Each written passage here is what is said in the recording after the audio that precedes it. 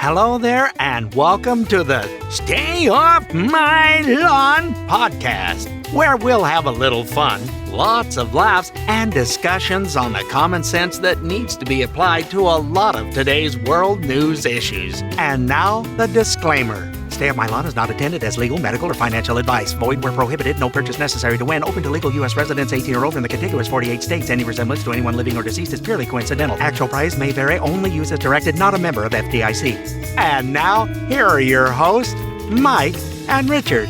Welcome to this week's edition of Stay Off My Lawn. It's May 14th, 2024, and this is episode 66. Little technical difficulties on this side, and I think we're doing just fine now. So, yeah. Yeah, you need to listen because you're going to get your kicks listening to number 66. Yeah. Now, where did that go? Wasn't that between Chicago and like San Francisco or San Jose? It was along usually Route 66 is all across the southern part of the U.S. I don't know that it goes up to Chicago or not. I don't really know. Believe. All right, we're gonna do this on the fly. So 66. Now I could be wrong, but that's what I remember is all the San Bernardino, Amarillo. I don't know. I don't remember all the cities that it goes to. It starts one end is Chicago, goes to Springfield. Oh, really? Yeah. So it does go down. Goes to St. Louis, Joplin, Missouri, Tulsa, Oklahoma, Oklahoma City, Amarillo, Santa Fe, Albuquerque. So it gets in the southwest anyway. Yeah. So it goes through Flagstaff, Arizona, Barstow, California, and then Los Angeles. So that's the historic Route 66. So yeah, Chicago. If you don't get shot in Chicago, you've got a good chance to make it to Los Angeles. So there you go. Yeah. Okay. Yeah. Well, Anyway. You're not doing much better when you go through St. Louis either. I was going to say St. Louis, LA. You're going to get shot one way or the other. So I mean, your risk has gone way up. So anyway, so how was your weekend? What'd you do? Well, it was Mother's Day weekend, and it was busy. She wanted to do some stuff. She's getting where she's moving around a little better. Awesome. So we went and found the venue that I will be facilitating my granddaughter's wedding. I'll be the one saying, "And do you marriage is a never anyway." Marriage. That's from if you recognize the movie, do you? Yeah. Anyhow, I'll probably throw that in as just some humor, but very beautiful venue that's kind of up on a hillside looking out over country stuff. It's in the country. The nearest town to there has a population of 5,000. Oh boy. There is nothing else anywhere near it. Bustling metropolis that it is. Yes. A beautiful the little town of Weiser that I used to love delivering to when I would have to substitute on a route or something. It wasn't my normal spot to go to. The people were always nice. A little small community that is clean. The downtown still has all of its, because it's not big enough to have any big stuff there. So you still have the little shops in downtown. The streets are clean. The sidewalks are nice. It's just a little dash of good old fashioned Americana. Yeah. Neat to go to. And then she wanted to go to so after we saw the wedding venue, we went to an antique store. Oh my goodness. It's okay. I start feeling old when I recognize that and I know what that's for and I know what that was used for. And it's like, oh God, this is all old stuff. Mm-hmm. Holy crap. It was interesting. And they had a upstairs and she goes, "Now," I said, "Come on, you've been working on stuff. You can do this." It was 16 steps upstairs. She did good? And a new knee, she got upstairs. Awesome. I didn't help her. She got up there by herself. So good. getting down was a little more fun, but it still wasn't bad. She did quite well. So we did that and then went into the little small community, and there is an old-fashioned candy store and deli. So it's kind of like going into an old soda jerk thing where you got all this candy bar thing, and then they have all of it in the cupboards, and then there's boxes of stuff, and then there's tables in the store with old wooden floors, and you go down and you can order your whatever you wanted for lunch, and they're using the same cash registers to ring up people who were buying candy that you're waiting to get your turn to turn in your lunch Oh, order. I see. And so, we bought some of it's all handmade candy in this it's been there forever. Little places like Uh, that have the best fudge too. oh yes. If you We didn't get any. uh, And our friends that we went with for the day, it was just a wonderful, easygoing day. Nobody was in a big hurry. It was no big deal. She goes, "Well, did you want to look at all the chocolate?" I said, "Not really. I'm not a chocolate fan. yeah, I don't hate it, but it's not but it something doesn't I don't excite you. seek it Yeah, out either. yeah. It's, I'll buy every once in a while I get a hankering for, or maybe we're going to make our own blizzards at home. Oh, okay. The So I'll Oreos get a and stuff? Butterfinger and Oh, maybe use gotcha. half of it. The other half might be 2 months before I get it eaten. I like Butterfingers, but again, Yeah, it's chocolate. yeah. Or at Halloween time, we'll get some of the Reese's peanut butter cups, Mhm. Oh, just yeah. cause those are great, and I you put them in the freezer. I was gonna say, And I'll still have them in the freezer 6 months later because I yeah. just don't. We get I the like mini them, but ones. We get the mini ones that keep them in the fridge. I got them up there by the butter. But it's like you pull them out, and they're just cold enough to where they're stiff, and it's just it's just so much better than it is when they're yeah. room temperature. But yeah, So places like that, we normally will get some peanut butter fudge, vanilla fudge, and a little bit of chocolate fudge. It normally ends up being a pound with all three of them put together, and that'll last 2 weeks in our fridge. We keep them in the fridge too. Um, yeah, I think sweets yeah. are always better cold. She just our my friend's wife. She just looked at me like I had three heads. You don't like chocolate? My son's the same And way. He's never really been a big chocolate fan. I yeah, think it's more common than you think. yeah, it's yeah, I can take it or leave it. Yeah, yeah, yeah, So yeah. anyhow, it was a nice Mother's Day. That was kind of her Mother's Day present that we did on Saturday. Yeah, So that's what we did. We did Saturday. We met at Texas Roadhouse, and my uh, daughter-in-law's mother joined us, and of course we had the babies, and man, we had so many people watching us with those babies because they are just so gregarious, and it's like they're just so happy, and it's like and every once in a while Rosemary would just squeal, because she's just happy, so she squeals. It has nothing to do with being upset about it. Neither one of them fussed or anything. It was like I was feeding one of them some applesauce, and because had some steak. I mean, they'll be a year old next week, and it's like they eat steak, they eat broccoli, they eat everything. I mean, there is nothing off limits for them. They just love everything. Anyway, I was feeding her. I think we had Eleanor on our side of the table after we had already eaten, and we ordered some applesauce. So I'm feeding her the applesauce, and of course, there's always a little bit left on the spoon. So I want to clear off the spoon. So whatever's left, I would clean off the spoon, and so it's like I happened to look over her shoulder, and this couple on the other side were sitting there watching me do this. And they had these huge, big grins on their faces, like, "Well, Grandpa's stealing some of her applesauce.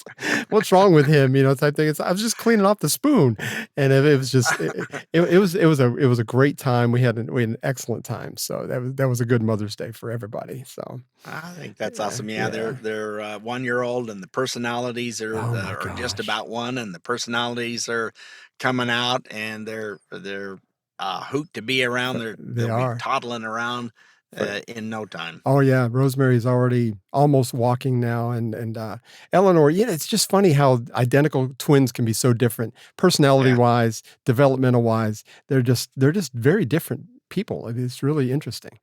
You always think of identical twins. They got to be the same. It's like they're both burping at the same time. You would think. I mean, but because since everything started at zero, everything should be the same, and it's just not. Anyway. No, But what do it I doesn't know? work that way. I've never been around twins. Honestly, I don't think I've ever been around twins. So this is all new to me. Anyway, we're already almost 9 minutes in. Whenever possible, of course, we always like to start off with the wisdom from our commander in chief, and that's how this went this week. It's Uncle Joe's Wisdom of the Week. And if you look at the data, these demonstrations are real, but they're not nearly. I mean, look, and I made a speech on the Holocaust the other day. Oh my gosh, it was just, I mean, I hung on every word. It was very good. Um, Huh? huh? I mean, can you say ADD? Anyway, ADD and dementia is a terrible combination. Anyway, serious question. I have one for you and Yes. everybody out there listening. Out of all 50 governors that you know of, I don't know all 50 governors, who seems to display the lowest IQ? What do you think? Well, it's a toss up for me, and they're on both coasts. Yes, they. But lately, the governor of New York are you serious? Oh yeah. She's, you almost got to wonder if, was it Mario Cuomo? It wasn't Mario Cuomo. What was the governor's name before her? Mario was the father of this guy. Anyway, it was one of the Cuomo family. It's almost like when Joe Biden was Barack Obama's vice president. And so, well, that's a life insurance policy because the only thing you could think of at that time worse than President Obama would be President Biden. And that was kind of a joke back then. And of course, now we're 3.5 years into President Biden, and it's like, oh, gee, I need to change my underwear again. But anyway, Kathy Hochul gave a speech last week, and it went something Andrew Cuomo. Andrew, that's what it was. This is what Kathy had to say about people of her own states. Young black kids growing up in the Bronx who don't even know what the word computer is. They don't know. They don't know these things. Ah, goodness gracious. Because they're too busy dancing around the fire with their spears. They're just not into what the hell, lady? Can you get any more? Jesus Can you be more racist? I mean, but wow. You don't really hear a whole lot. I guess there was a little bit of coverage on this, but it went away very quickly. Now, if a Republican governor, and I would be critical of him too, or him or her too, if they said that, but that's just downright stupid. Of course, she's following in the footsteps of our of the leader of the Democratic Party, who regularly says things like this: "Poor kids are just as bright and just as talented as white kids." So, I mean, we've got a lot of different. Poor kids are just as bright and talented as white kids. Why, whatever would he be trying to say? Another moron. It's hard to say. What a maroon. What a maroon. So anyway, that's more racist crap coming from and we're going to hear from people that have switched over from the Democratic Party to the Republican Party, mostly because of the stupid things that Joe has actually said since the campaign of 2020, at the very least. And of course, you can go back to 94 and hear all kinds of stuff that he said during that crime bill speeches and talking about jungles. Well, its policies aren't helping anything either. No, exactly. And all you have to do is be a little bit awake and look at the economy and see how prices have just gone through the roof. Even CNN's not very friendly with him. They asked him about the economy. It's like, people are noticing you've only got 6 more months to do something, turn this economy around. What are you going to do? And of course, he had that deer in the headlights look at that point. It's like, but I thought you were my ally. Then he goes on to proceed to say, well, Bidenomics is working. Look, this is what it started out. This is what I was handed. Yeah. And people are going, no, you didn't have 9% inflation when you started. You had 1.4. Yeah. Look, Jack, it was 9%. No, really. I'm not kidding. Yeah. I'm so tired of hearing and that. It's no joke. And of course, whenever nobody thinks it's a joke. So anyway, he's just a delusional old man. I mean, I don't know where, but I think that he thinks so little, and this is my assumption. He thinks so little of the American public that we don't have a memory of what was actually going on 4 years ago. That's what I think. I think that he just thinks everybody's so stupid that it doesn't. Yeah, it's all good. So anyway, let's move on from that. Were you ever in the Boy Scouts? I was a scrub sprout. Yes, I was a Cub Scout. That's what I used to call. Oh, gotcha. I was a Cub Scout. My mom was a den mother. 1, maybe 2 years. I had the shirt and the yellow necktie and the thing that goes over it and the scarf and all that stuff. So that's funny, Chris. Weird things. Chris had some friends that were in. He never saw them in uniform or anything. He wanted to sign up. I think he was probably 8 years old. So we went down signed them up, paid our $35, whatever it was. And then we went over, we had to go to a certain store to get the uniform. And we got to the store and, and we pulled out the uniform and the kerchief and the whole thing. He goes, I'm not wearing that. So we had to just kind of like walk out. And it's like he never went to a meeting. We paid for everything. And anyway, he was just not going to wear that. Anyway, the Boy Scouts have changed their name. If you haven't been living under a rock, you know this, to Scouting America, which take the boy totally out of it. The CEO of Boy Scouts of America will be this until next year. Robert Crone had this to say about the change. Sends this really strong message to everyone in America that they can come to this program, they can bring their authentic self, they can be who they are, right, and they will be welcomed here. The argument that I make with the people that say, well, I always like Boy Scouts of America or BSA, why do we have to change? Membership is at historic lows, right? Part of my job is to reduce all the barriers I possibly can for people to accept us as an organization and to join. Mm-hmm. All you did is go in the opposite direction. Your numbers are going to get even less. Oh, yeah. And I saw the numbers from the 1980s at their peak, and there was like 5 million kids involved in Boy Scouts. And I think this year there's only about 1 million. And 176,000 of those are girls, because when they started in 2017, they started taking girls in Boy Scouts, which totally made no sense to me because the girls have Girl Scouts. Girl Scouts. So why do you, okay, whatever. Yeah, I don't know. Well, the downhill slide started, I think, in the woke downhill slide anyway, started in 2013. They announced that gay youth will be accepted. That's fine, whatever. When you're a kid, I don't know. Anyway, gay youth was accepted in 2015. It ended a blanket ban on gay adult leaders. Now, that one I have a problem with because that's an issue. Yeah. And in 2017, of course, they started letting the girls in the Boy Scouts, and they're over 10% or 15% of the total now. Last year, they filed for bankruptcy. I think it was $2.4 million bankruptcy protection. So anyway, things are not going well for scouting. I hate the fact that he sounded just like Rand Paul. And his voice is just like Rand Paul's. I'm thinking, man, I hate that because I love Rand Paul. Anyway, so we are up against a break on that sour note. And when we come back, we're going to talk about pro-Palestinian protesters, which is not easy to say if you listen to our promo. I just had all kinds of pop-up saying that. Pro-Palestinian protest. Anyway, so when we come back, we'll talk about that, and it's pretty funny. Welcome back to Stay Off My Lawn, segment 2, and we're going to joke. Oh, by the way, if you have questions, comments, death threats, whatever you want, you can email us at soml@duck.com. You can call us and leave us a threatening message, 770-727-6443. And we'll get those messages, and we'll probably ignore them or call the FBI, which they won't care since we're conservative. Anyway, or we'll share them and everybody can hear them. See that would be fun. Yeah, even if you don't mean it, call up and tell us how much you hate us. Jeez, I love your positive spin today. Hey, I'm in a good mood. It's the way it works. Duke and Virginia Commonwealth University, I don't know if you saw this over the weekend, they had commencement ceremonies, and a bunch of these pro-Palestinian protesters got up and walked out. Yes. I think VCU had Glenn Youngkin, the governor of Virginia, and as soon as he started speaking, a bunch of people got up and walked out. But Duke was kind of interesting. I don't know, did you see who spoke at the Duke commencement? Yes, I did.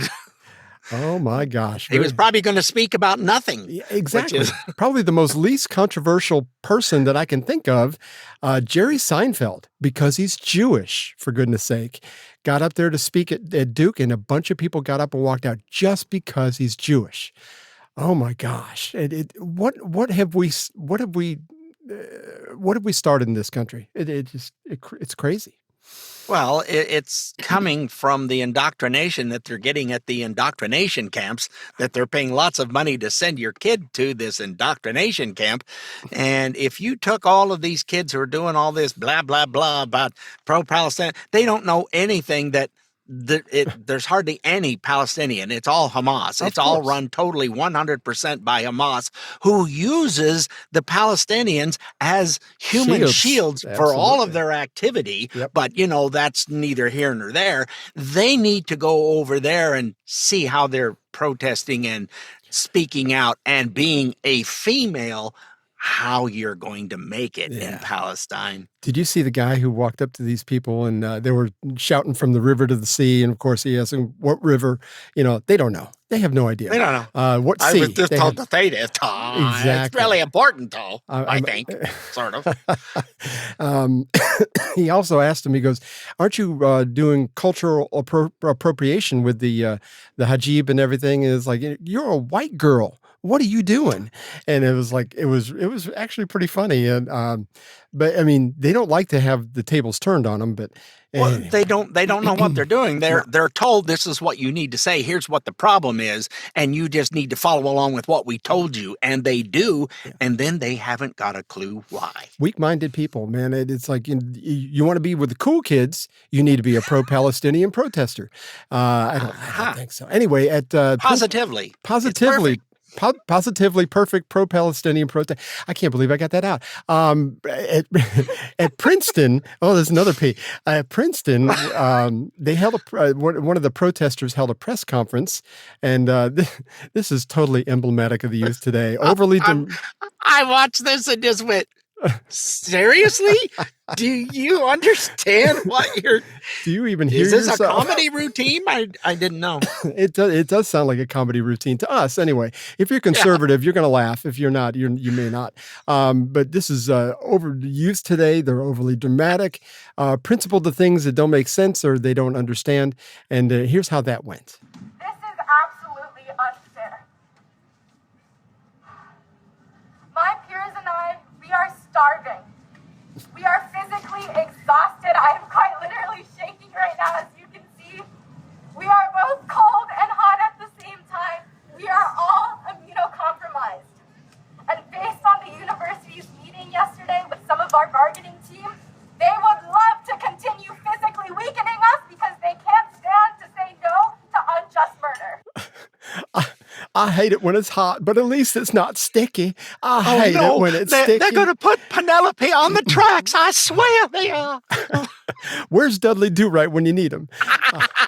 Oh my gosh! But, Alas, fair maiden, I will save you. But if you watch the video, she's literally shaking. She wasn't shaking before that, but when she said that, her hand was shaking like she was having a tremor, and then it stopped again. It's just so fake. I mean, they're in the middle of a hunger strike, but she's complaining that she's hungry and immunocompromised. She's got a mask on. What more immunocompromised? I mean, you're taking care of yourself. Wow. Yeah. No, it was just as funny to listen to as it was to watch. It's like, I know. What? You're complaining that you're on a hunger strike and not being taken care of because you're hungry. Huh? What? Exactly. Yeah. It was pretty funny, and it's just like you said. It seems like a comedy routine. That's the only. But you go to Rumble, and I think they probably took all that off of YouTube because of how ridiculous it makes them look. But if you go to Rumble, and we're on Rumble now, and we may not have mentioned that in a couple of weeks, but we're full episodes went up on Rumble, started last week since we got canceled with one of our episodes. I think it was episode 64 got pulled off of YouTube within an hour, and so we are putting up full episodes on Rumble, so you can find us over there. I think it's just search for Stay Off My Lawn or SOML, and you'll find us. So it's our famous green logo. You can't miss it. You can't miss our lawn logo. Love that. That's right. Well, anyway, even factions on the left are admitting the failures of the response to the virus. And of course, we have to be careful about this because of misinformation, disinformation, Nazis out there. But Bill Maher, someone I hardly ever agreed with up until about a year or two ago. And like I said, I don't get too excited every time he says something that I agree with because I just don't know about his genuineness. I just don't know. He also wants to be popular, so I think he may say things that he doesn't mean, even though he seems, genuine. But anyway, he had some perspective on this, which is pretty interesting. Here's that. I get it that we didn't know exactly what was happening at the beginning of COVID, and some mistakes were inevitable. But 4 years on, I'm tired of hearing, well, we didn't know. No, we didn't. But some people guessed better than others. And the people who got it wrong don't seem to want to acknowledge that now. Some people said closing schools for so long was pointless and would cause much worse collateral damage to kids, and they were right. Thank you. Don't be afraid. 4 years ago, the Daily Beast ran a story with the headline, Bill Maher pushes Steve Bannon Wuhan lab conspiracy theory, which was typical of the mainstream media at the time. Of course, it wasn't a conspiracy theory, and it wasn't owned by Steve Bannon. And now everyone, including the Biden administration, admits there's at least a 50-50 chance that the virus could have begun in the lab in Wuhan that was doing gain-of-function research on that virus. Duh. Yeah, when COVID hit, we did a lot of stupid things because America never reacts. It only overreacts. We washed the mail.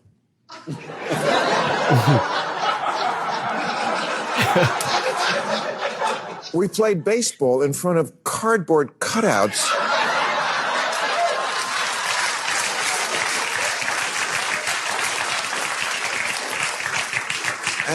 And ate in parking lots?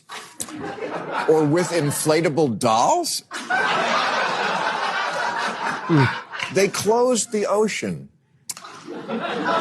We banged pots and pans to show our love for nurses and our hatred for people trying to get a baby to sleep. But I think it was in California or in Texas. They had filled in some of these places where people would skateboard, the old pools and stuff. They filled those in so people were not outside getting exercise, which is good. Sunshine, which is good for your. All this is good for your immune system. They shut it all down. Texas was terrible. Greg Abbott was terrible. He was as bad as Greasy Gavin. So yeah.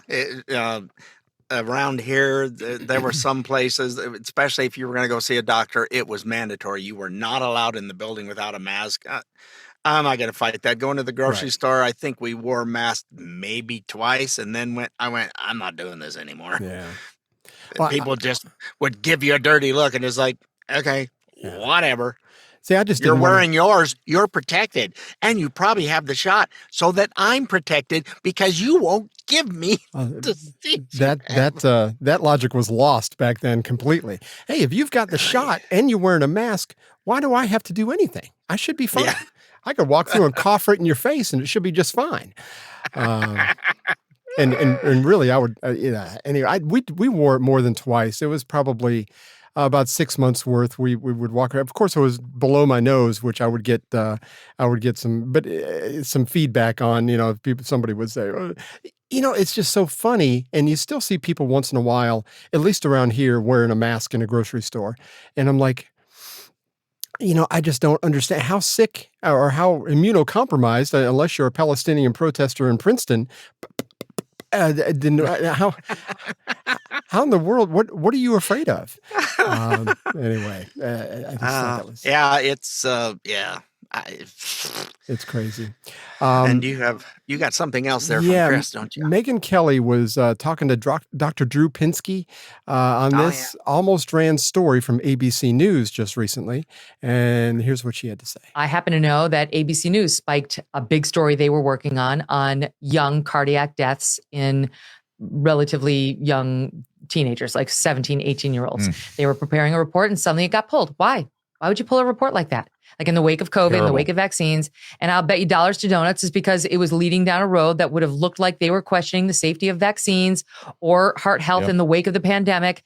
Either one, they felt uncomfortable and they pulled it, right? So it's like, this happens all the time, right? If you're going anywhere near one of the sacred cows, you better be really effing careful because you're going to get not just Twitter blowback. Forget that. That's a one-day thing. You're going to get potentially canceled. You could get fired. You could lose your license. Like it can get absolutely devastating, which is how they're chilling free speech across the board. Somebody's going to be right and somebody's going to be wrong.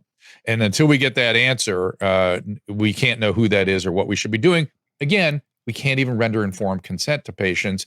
And in California, we risk our license if we bring the whole topic up. Yeah, I think you risk your license if you prescribe ivermectin. There was a group of doctors that I think they were in Texas.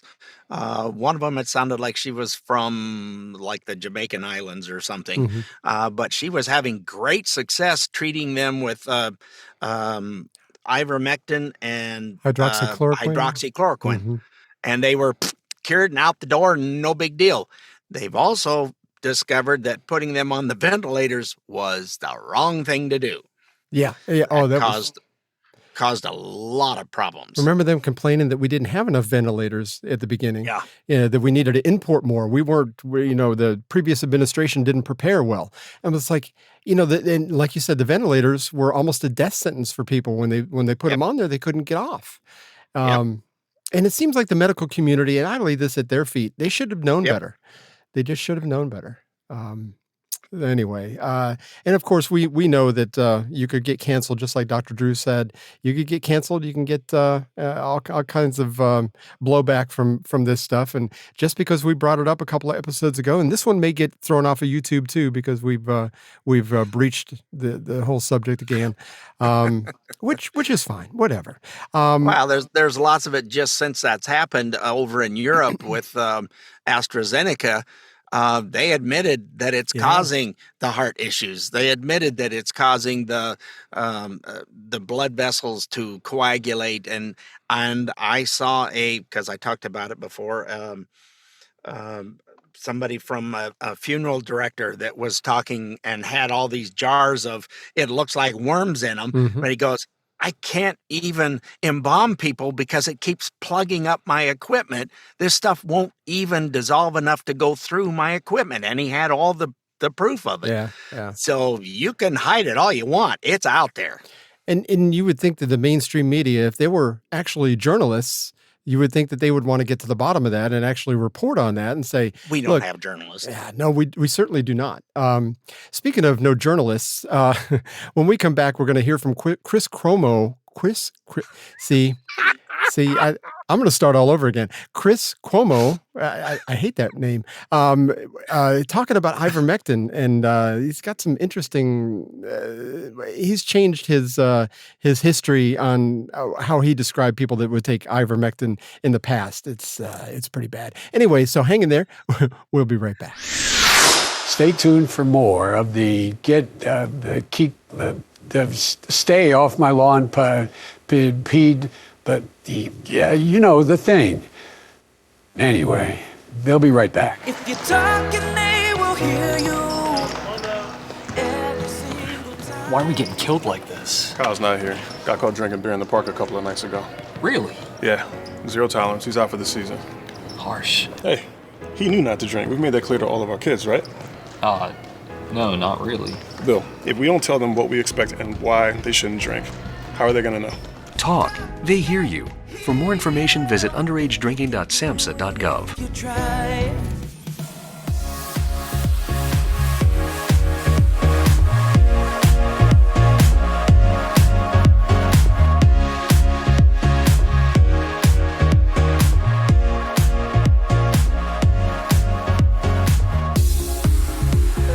Welcome back to Stay Off My Lawn, segment 3, and I may try to say Chris Cuomo again.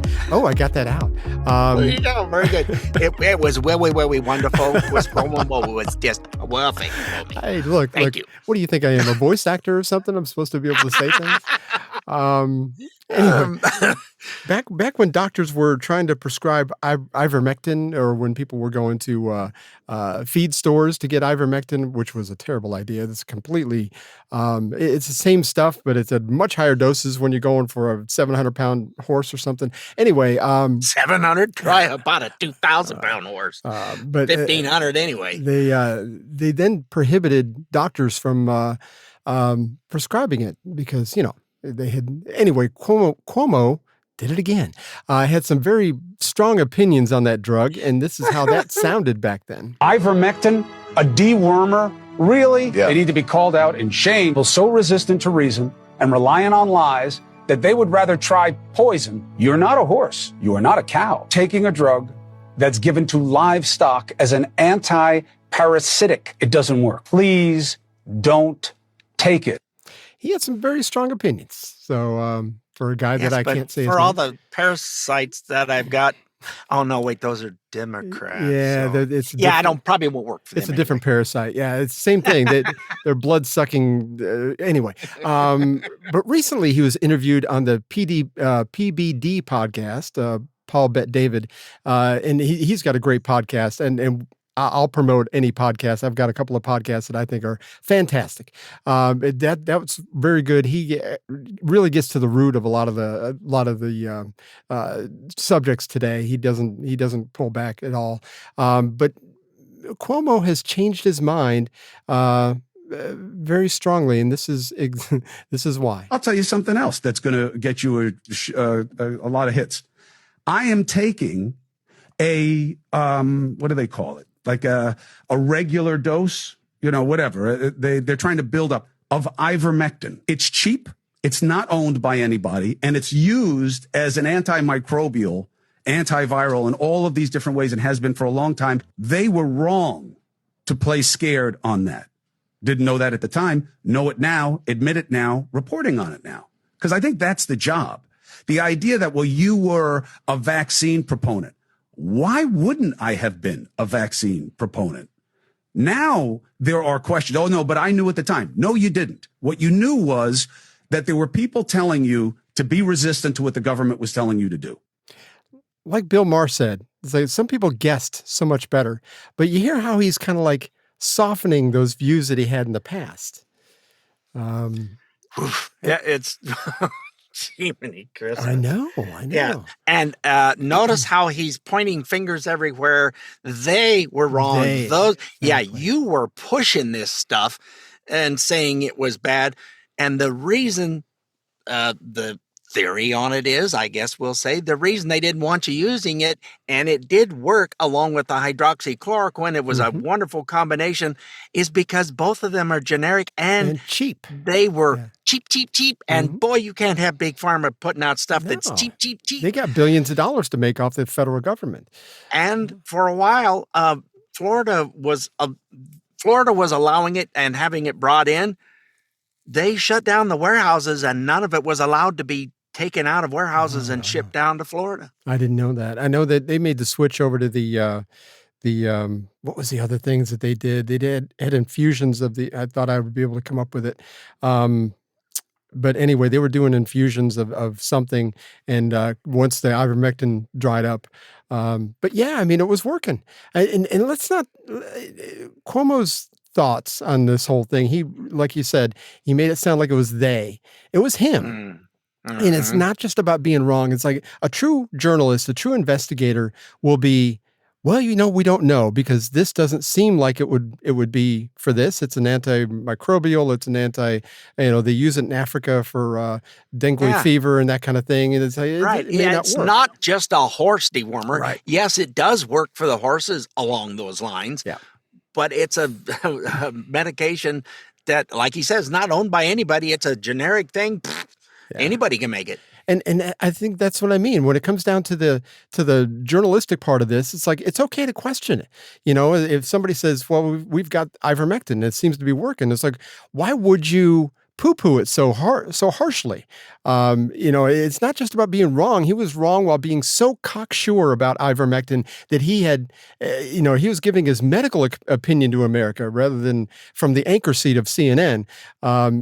Just so you remember what he said, he softened it so much. I want to play that first part again. Ivermectin, a dewormer, really? Yeah. They need to be called out and shamed. So resistant to reason and relying on lies that they would rather try poison. You're not a horse. You are not a cow. Taking a drug that's given to livestock as an anti-parasitic. It doesn't work. Please don't take it. See, it's like, how can you be so sure when you couldn't have been sure? I mean, he was so sure about the shot too.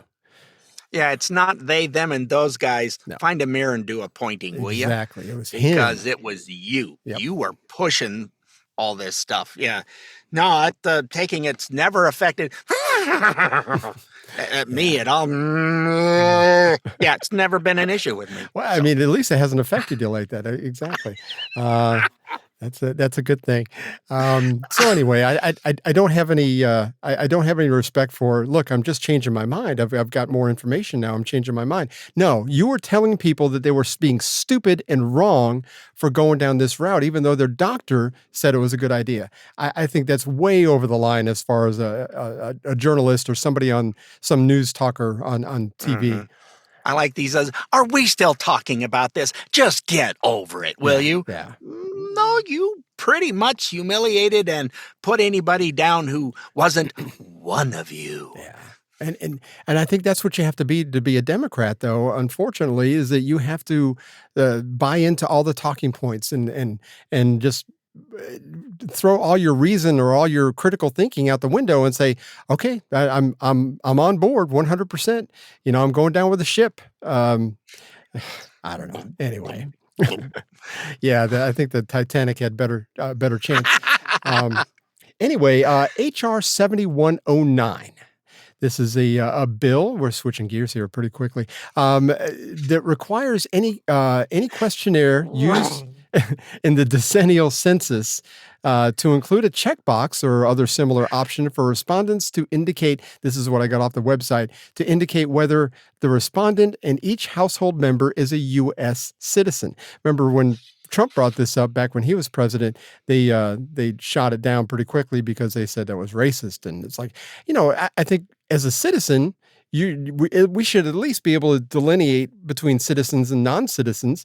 It's not about deporting. They were all worried about, well, he's going to go after all these people that don't check that box or whatever. But right now, it's about more than that.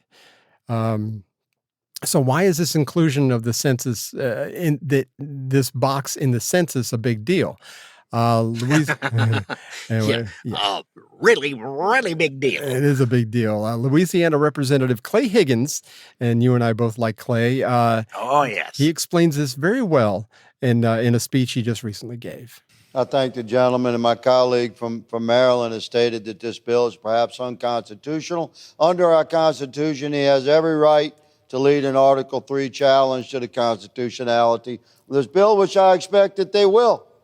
My Democrat colleagues love to sue Americans and pursue legislation through the courts. This is actual legislation presented by conservative Republicans to correct a horrible wrong. I rise in support of H.R. 7109, the Equal Representation Act. While this bill will continue to count every person in the United States, it adds a simple question to the census. Are you a United States citizen?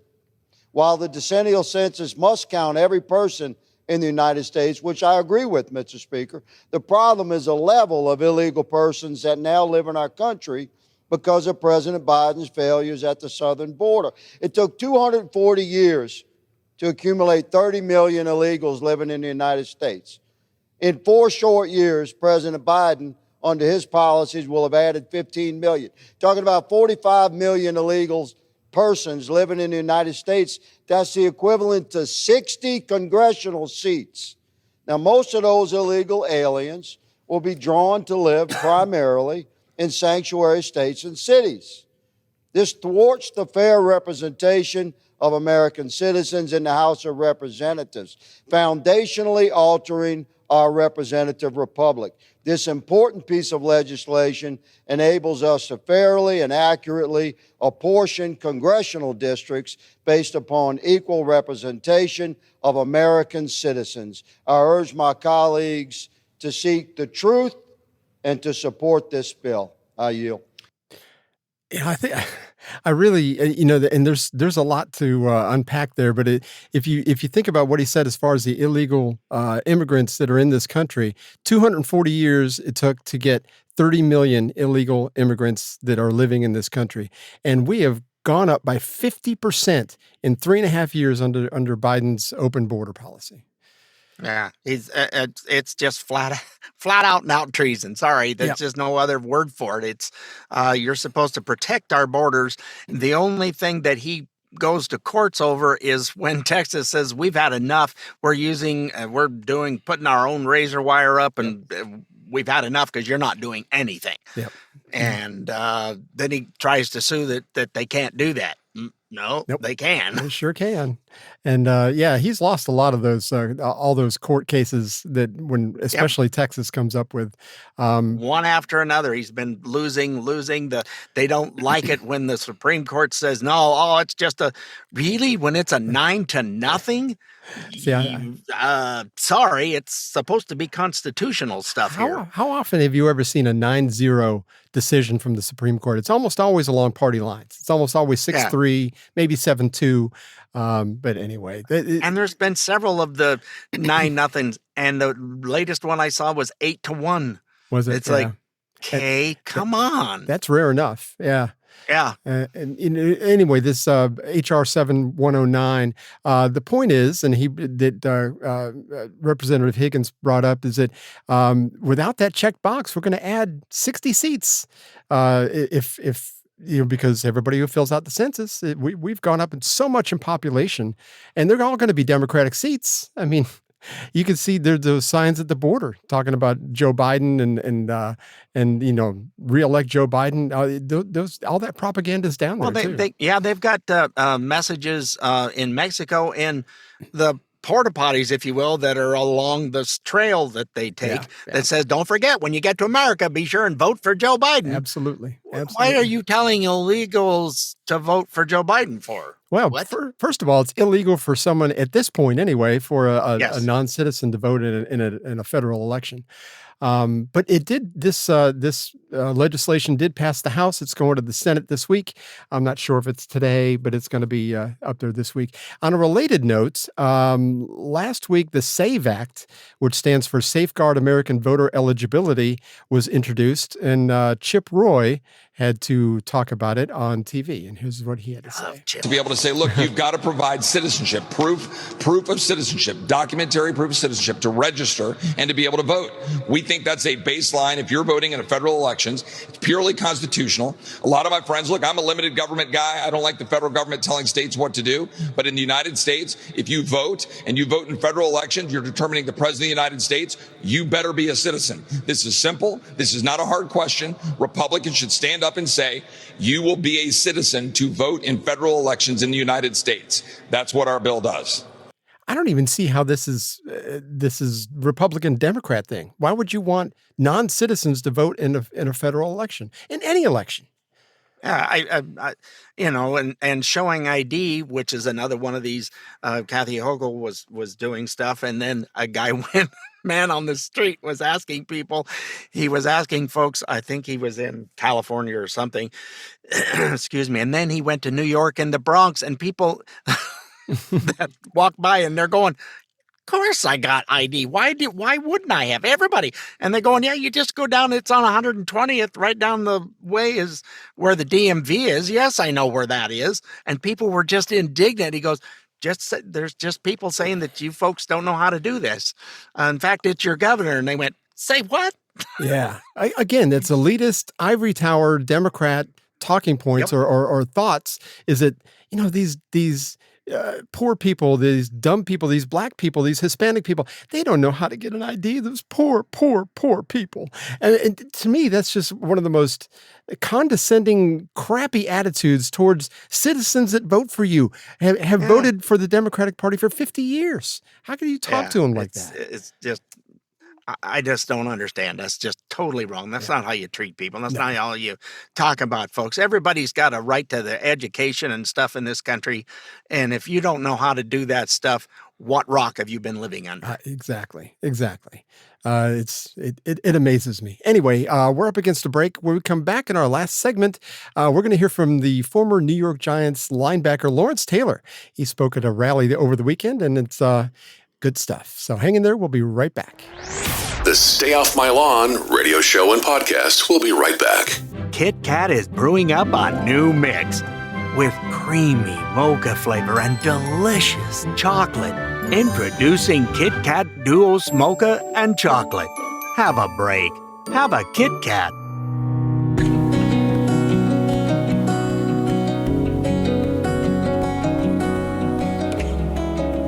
All right, welcome back to Stay Off My Lawn, segment 4. Hang in there, sit down. It's almost over. For goodness sake, it's not so bad. The great New York Giants linebacker Lawrence Taylor.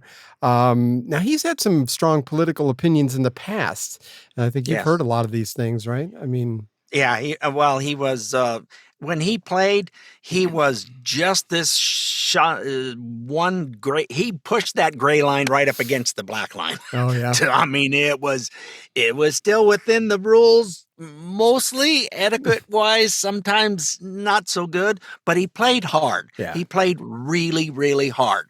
I think he's the one that broke Theismann's leg. I think so. And Yeah, I saw. I think was he watching the that one Monday that Night did that, Football. and he was the first one to jump up and get somebody. You got to get in here now. Yeah. I mean, yeah. he was right there and heard it. It is not a pleasant thing to Can you hear. imagine the sound of that though? Oh my God. Oh, And- I've heard a hamstring pop, and Ooh. that is not pleasant to hear either. No. And it's that big, your hamstring for the back of your leg. When that thing goes, it's like letting up one of the those roller shades. Oh yeah. You know, yeah. for blackout stuff. Yeah. It's just you've got this huge knot right up under your rear end.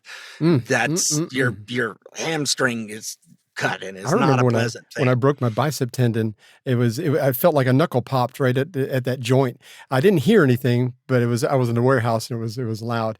But yeah, I mean, it's just I can't even imagine a hamstring because that tendon is probably 4 times as large as your bicep tendon. Boy, they just sound like you just cut a big rubber band. Misty Trainer, right? She was the one who played volleyball on the Olympics and all that kind of Oh stuff. yeah. She was on Dancing with the Stars, and they were doing practicing, and her Achilles tendon went pop, and it's just like somebody, had a big cap gun and went pop. I mean, it echoed in the room. It was so bad. And that's one of the most painful things, from what I understand too. Right now I've got an issue with I almost pulled an Achilles tendon out of the socket once doing stuff and was still trying to run a route. It hurt like all bejeebies. And I'm having that issue right now. It's an old man injury. I don't know what I did to get it to hurt, but it's not doing well at the moment. You can't live in this planet long enough, or too long without having to be a tough guy, and you got to be a tough guy now. So And Lawrence Taylor was he went from playing really hard, and he was a good rally for the team and all that kind of stuff, and then they put him on TV, and he was with one group of guys on some show. It didn't go well, and then he went with another group of guys on a different network, whatever, doing stuff. It didn't go well there either. Opinionated, and it just didn't go well. Yeah. It didn't come across good. So Well, apparently his opinions, at least politically, have kind of warmed up towards the Trump campaign. After the trial last week, Trump had a rally in Wildwood, New Jersey, I think it is, and they had, and that was a blue state, had over 100,000 people show up at this rally. And and there was a lady that said, and she was on some news show and said, and he's not welcome here. She was a representative for, where the news media showed it was like a mass amount of people, and the guy said, and this is all great. Now let me turn around and show you what's behind where the news media is. Yeah. It was 3 times the size of what was in front of them. Right. It was amazing. So he's not welcome there? Yeah, he was. Sorry. He was very welcome there. It was a great rally. A lot of people showed up. But Lawrence Taylor got up there and started speaking right there next to Trump. And this is what he had to say. I just want to say, I grew up a Democrat, and I've always been a Democrat until I met this man right here. I'll tell you what. He will not have to worry about nobody in my family ever vote for a Democrat again. Okay. So I don't know how he's going to control the rest of his family, but I'll give him an A for effort.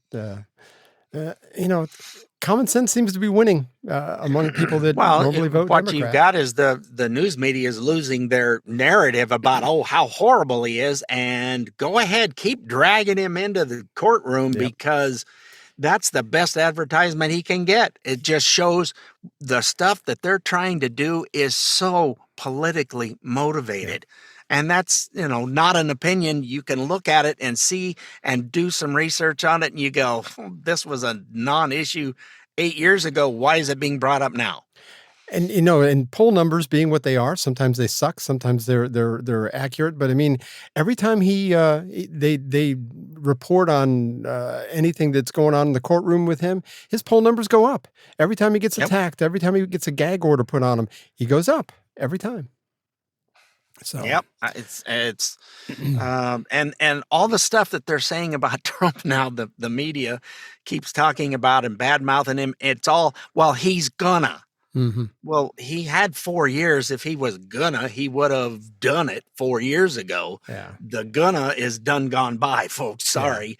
You said the same things when he was elected the last time, and none of it took place. Yeah. We had a very prosperous time in our country. Up to 2020, it was fantastic. It was the best 3 years. And that's why I was able to retire in 2019, because the stock market went up so well.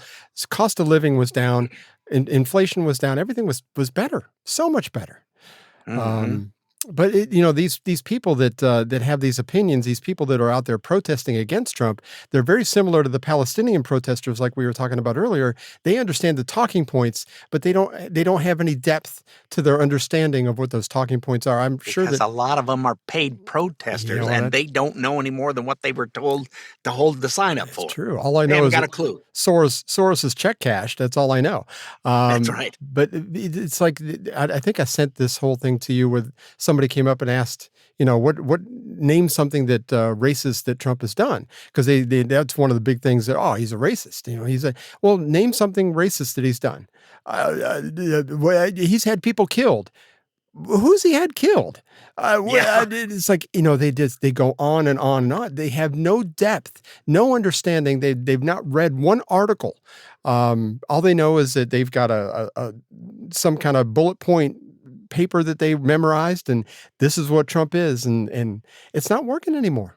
No, it's not. There's too many different places you can get news from, and somebody goes, "Oh, you just watch Fox." No, I watch C-SPAN. I see what actually took place, and then listen to what MSN's reporting, and it's like, that's not even the same thing that happened. What the?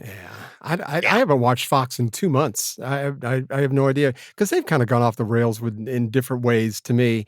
I just like truth, and you and I both totally agree with this. Is that I would rather have somebody give it to me straight. Look, the Republicans screwed up, and this is what and the Democrats have screwed up. But it's gotten to the point where the ideologies are so separated that there's really no middle ground anymore. The Democratic Party is so far left. The Republican Party, there's a faction that is gone that is more to the right, which used to be kind of the centrist Republican Party from 20, 30, 40 years ago. So, I mean, everything is shifting, but the Republican Party is shifting to the left also. And I think it's, anyway, I'd rather hear everything straight rather than just somebody spin. So are you going to tell us how it's Joe is telling us all how he grew up in a straight manner? Joe sure. Let's go with that. Even though Joe, he can relate seemingly to every demographic you can think of. I'm sure that some of you have heard this, but this is fantastic. I was sort of raised in the Puerto Rican community. I had a very close relationship with the Greek-American community, for real. I am Joe Bidenopoulos. I grew up in a heavily Irish Catholic community in Scranton, Pennsylvania, and a heavily Italian Polish community. When I say I got raised in the black church, he knows I'm not kidding. The Persian culture is amazing. As a student of the Persian culture, I probably went to shul more than many of you. I come out of the black community. The background of my family is Irish American, not fundamentally unlike the Palestinian people. You might say, raised in the synagogues of my state. Everybody in town was either Polish or Italian.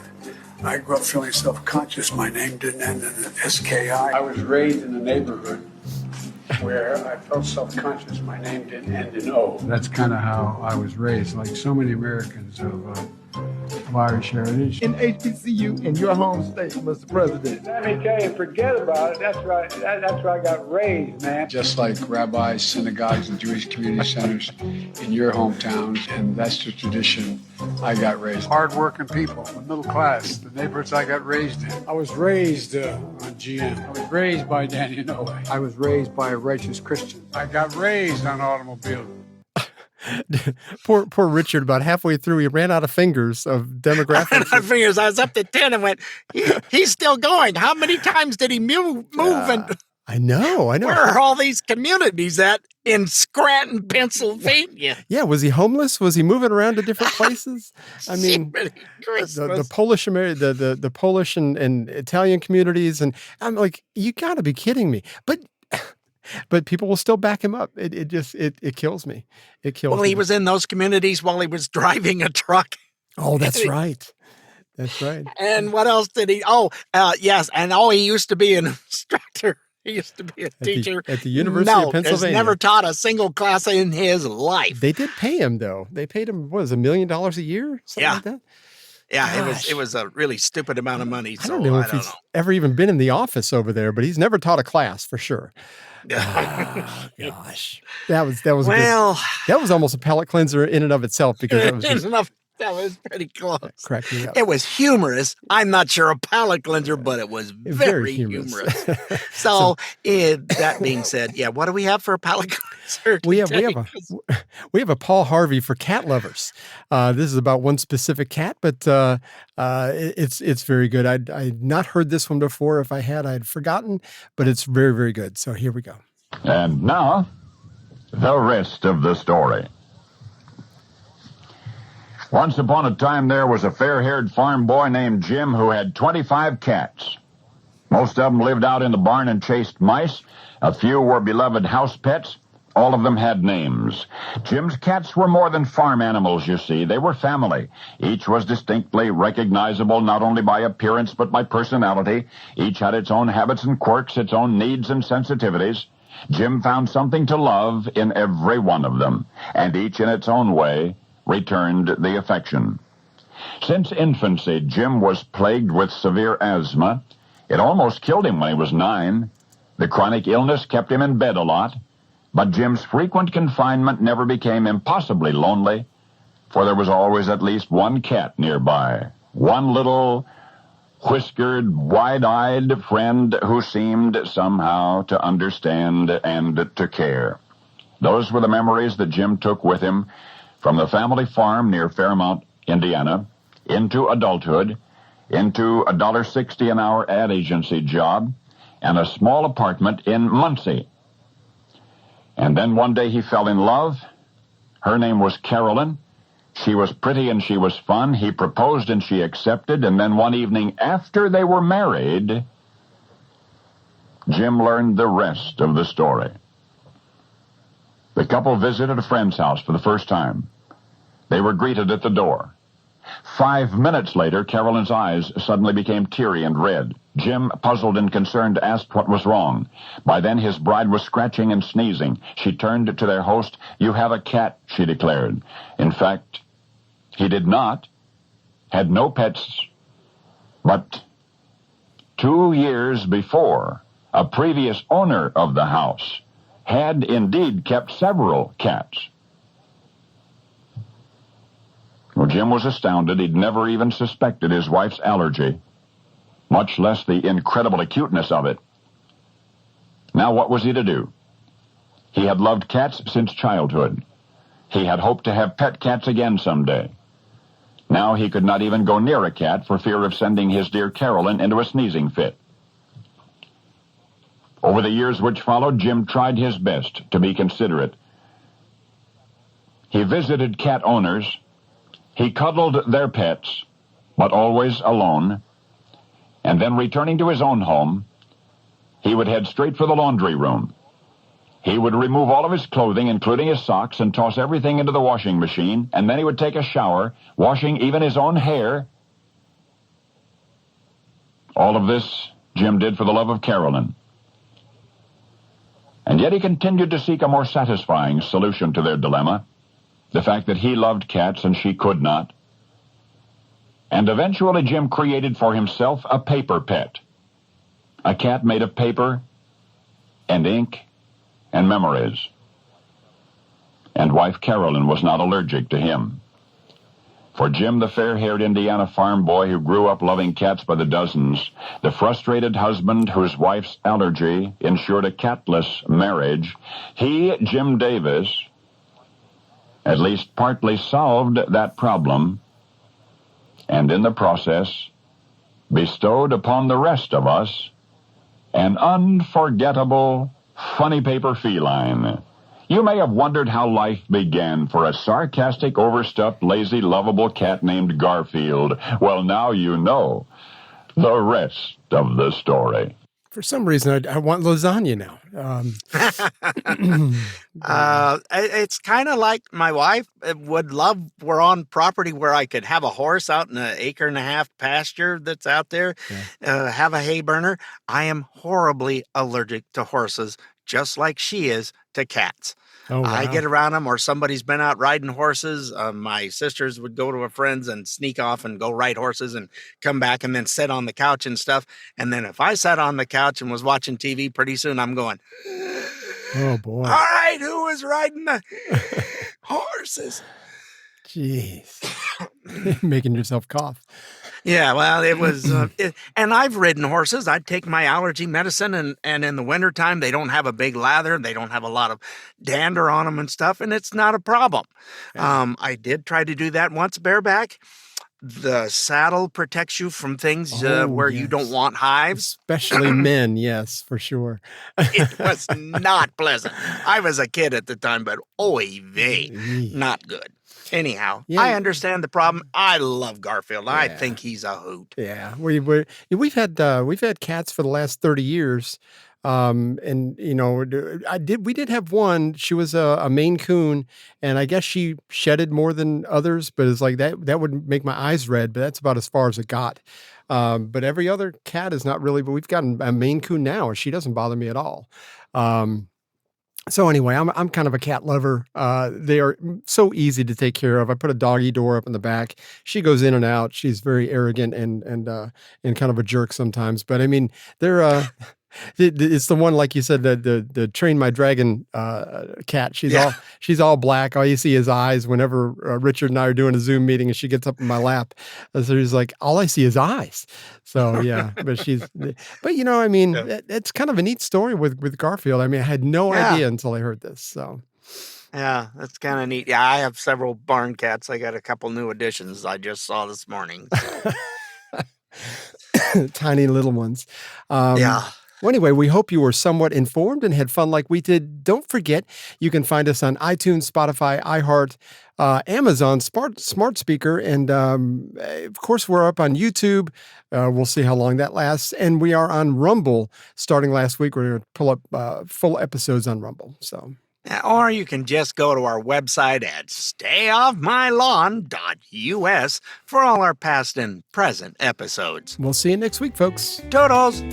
Well, we had fun and hope you did too. The opinions heard here today are not those of anyone other than Mike and Richard. If it made you laugh or go, or even, then we've done our job. Sort of. Well, mostly anyway. And if we made you think about things in a common sense manner, we welcome you to the club. And if it didn't, then just stay off my lawn. See you next time.